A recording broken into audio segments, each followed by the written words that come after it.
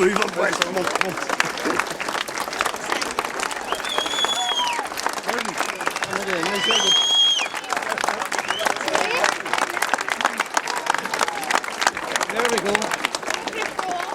think it's wonderful. I think no better person to run for the presidency. No one has earned, that entitlement more than Martin McGuinness. I've known him since he was in short trousers. I knew his mother, I knew his whole family. I think it's such a boost for the presidency, for the whole candidature thing. I think it's a boost for Derry. I think it's just amazing. And ordinary people in Derry, are they talking much of this? Oh, good Lord, it's nothing else. You talk about nothing else. Since the start, even before, and not just in Derry.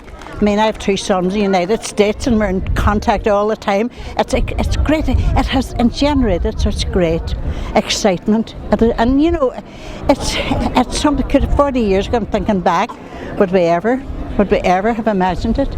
But here we are, and why not? Isn't it time, that somebody like Martin McGuinness, who's devoted his whole life, no matter what the pundits say, about trying to make peace, about trying to reconcile the communities north and south, about trying to create a new Ireland, because that's really what we're about. I think he'd make a wonderful president.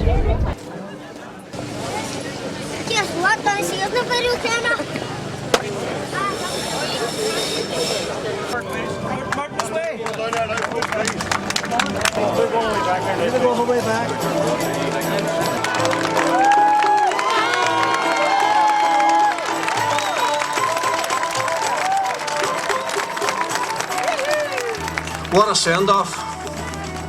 And I have to say I'm very, very deeply honoured that all of you, such a huge crowd, has come here to send me off on my journey around Ireland's 32 counties.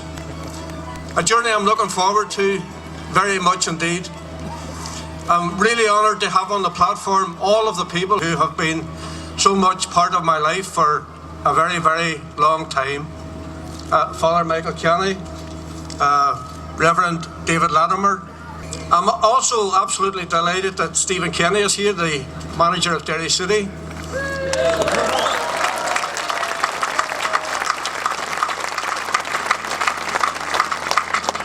And also, just as importantly, John Brennan, the manager of the Gaelic County team.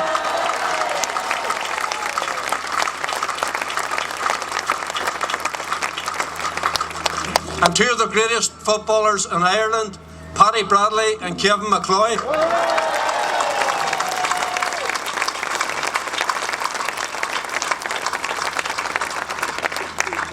And of course, Paddy and Eileen Doherty.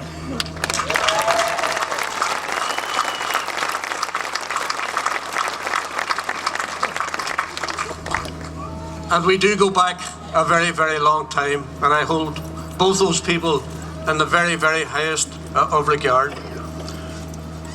Absolutely honoured that when I come out of the house today in Westland Terrace, I walked onto Westland Street to see the banner from Civil Rights to a New Republic carried by the relatives of those who were killed on Bloody Sunday. That was a big honour for me to see that today.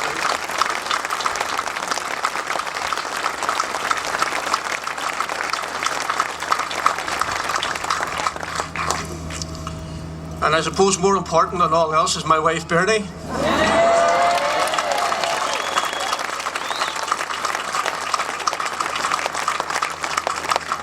Who's the shy and private one of the family. And of course my daughters Grania and Fanula, and my sons Fiacra and Emmett, and my 5 grandchildren.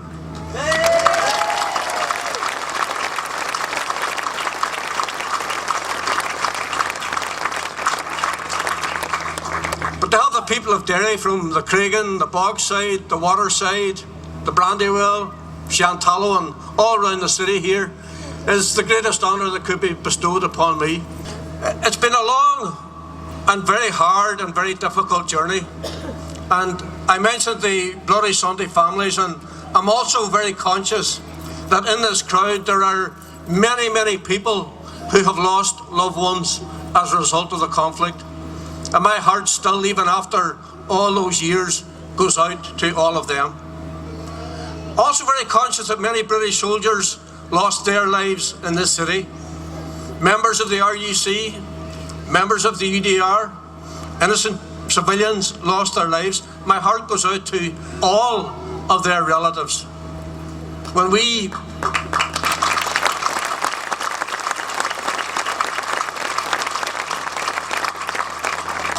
set out on our journey, I suppose for me, I was 18 years of age on the 5th of October 1968, when people marched in Duke Street for equality and for civil rights. I was shocked to see that my father was on that march. My father was a deeply religious person. He was a daily communicant, and it was a huge surprise to me to know that he was on that march. So life became very difficult after that. After October the 5th, 1968, our lives and our city changed forever. And a very bitter struggle ensued. And there was a lot of heartbreak, and there was nothing glorious about it, and a lot of people's lives were broken. But at the same time, a lot of people stood up to be counted and to demand that they no longer be treated as second-class citizens. So when I set out on my journey, I and the people that I represented were treated as second-class citizens. But I am now the epitome. When I held the position of Deputy First Minister, a co-equal position with both Ian Paisley and Peter Robinson, the epitome of the fact that I am now, and you are all, first-class citizens in a first-class city.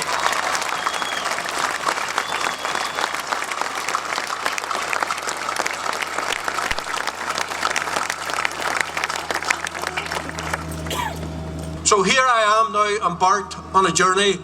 What am I offering the people of Ireland? I am offering them leadership. I am offering them courageous leadership. Because when I took a decision, I thought about the events of the last number of years, the economic crisis that exists throughout the island of Ireland, but particularly in the south. I thought about the selfishness and the greed of the speculators, of the bankers, and the mishandling of that situation by the politicians. And I said to myself, it's time for somebody to become a beacon of hope for the future. And that's why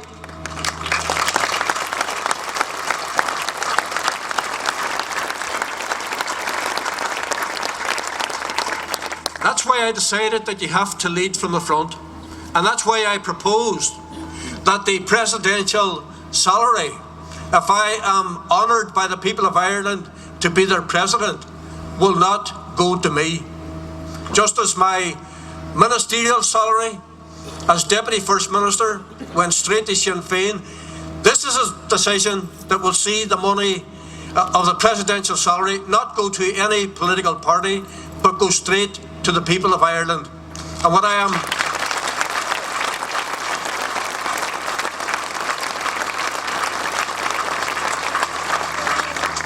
seriously contemplating among a number of ideas is that my ministerial salary be used to employ 6 young people who are presently on the dole.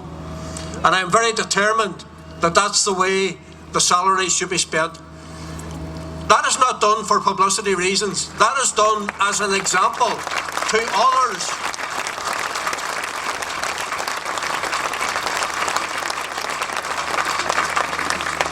That's done as an example to others that the days of selfishness and greed have to end. The days of the huge wage packets, the huge bonuses, and the huge pensions should come to an end. I spent last night canvassing in the north inner city area of Dublin, an area called Sheriff Street, within a boxing club where young people were being involved in important healthy activities, and the youth club where young people were making moulds and pottery and sewing and doing all sorts of incredible things. And the difference between the lives of those people, the lives of the marginalised and disadvantaged, the difference is day and night between their lives and the lives of the fat cats and the big bankers who effectively drove the economy into the ground.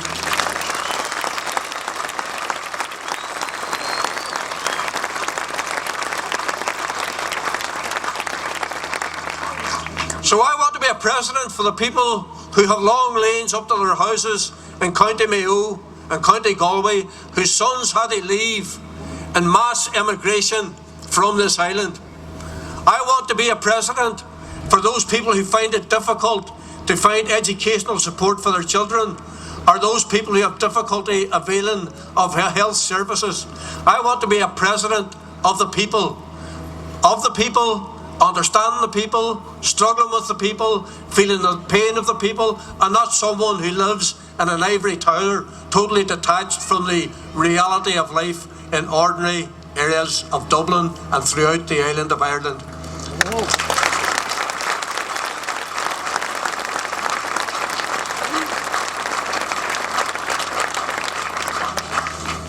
The second thing I want to do is use whatever international reputation I have. And Peter Robinson and I have used our reputations very successfully in the United States over the last number of years and bringing thousands of jobs from United States companies to the north of Ireland. I want to be able to walk into any boardroom in the United States and canvass foreign direct investment for the benefit of all of Ireland's 32 counties. The third thing I want to do is continue to keep Áras an Uachtaráin open to our unionist and loyalist brothers and sisters, to accelerate the work that Mary McAleese and Martin engaged in, to put in place an accelerated process for national reconciliation, and also to open it to those who have been victims of the conflict. One of the most heartwarming experiences that I have had over the last number of days has been a number of people who have contacted me from both the unionist community and the nationalist community who have lost loved ones at the hands of the IRA. People who have pledged their support for me going forward for the presidency of my country. That has been absolutely magnificent, heartwarming and hugely supportive as I go forward on this fairly incredible journey over the next 4 weeks. So this is what it's all about. I'm proud to be from Derry. I'm proud that I'm in Derry City tonight. I'm proud that this is the first leg of our journey across all of Ireland's 32 counties. And let the message go out very, very clear. If the people of this city and the rest of the north of Ireland, by dint of their Irish citizenship, were entitled to the vote in this election, we would have won this election hands down.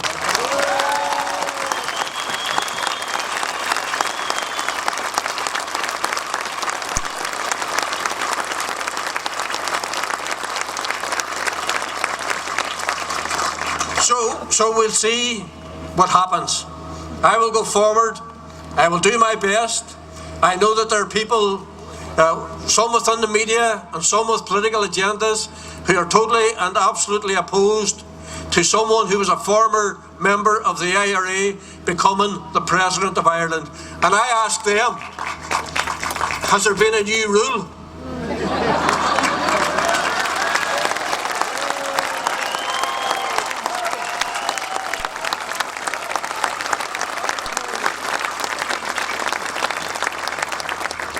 So the other reasons that I'm in this election is to let everybody know through Ireland's 32 counties that I am a Derry man, that I am from Derry City, and that we too are part of Ireland. Guramila Mila, my Maharta.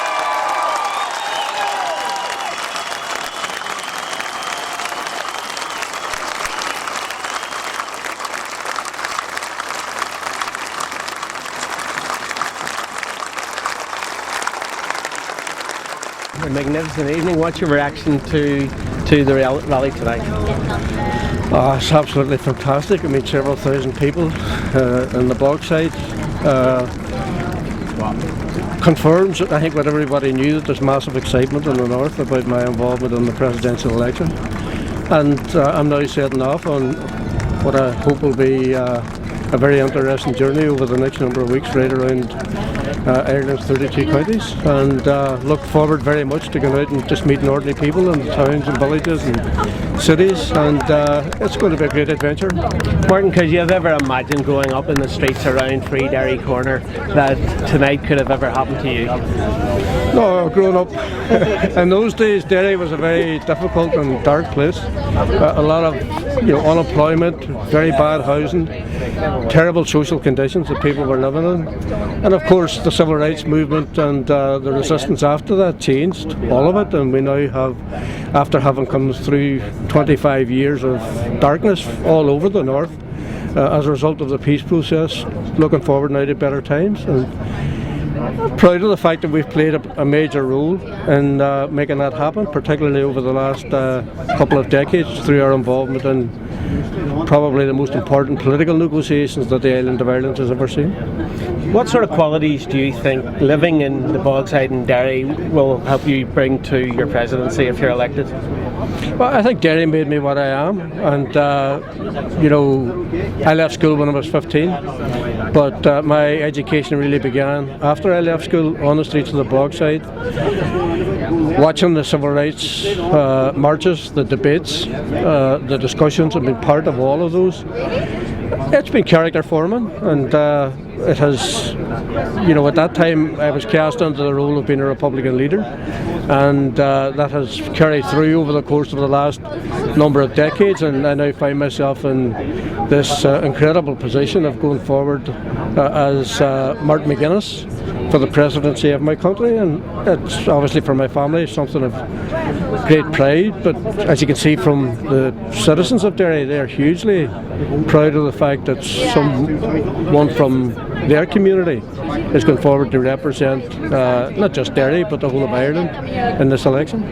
You mentioned that you were canvassing last night in North City near Dublin, in fact in Sheriff Street. What was the reaction of the people in that area? It was absolutely fantastic, and I mean it had a massive impact on me, because when you go into the youth clubs and the community centres and you see the people who are volunteering their work to give young people a life, it's absolutely heartwarming, but it stands in stark contrast to the speculators and the bankers and the greedy people, the selfish people who effectively destroy the economy in the south. So this is why I'm standing in the election. It's about standing up for people. It's about standing up for those people who are some of the most marginalised within society, standing up for people who have had to see their sons and daughters emigrate out of Ireland, standing up for those who are facing mass unemployment, and standing up by leading by example, by making it absolutely clear that I have no interest in a presidential salary, and that I am exploring the prospect that the presidential salary could actually be used to bring 6 unemployed young people off the dole queues and into employment. So I think that's the sort of leadership that people need at this time. Martin McGuinness, thank you very much indeed. Thank you.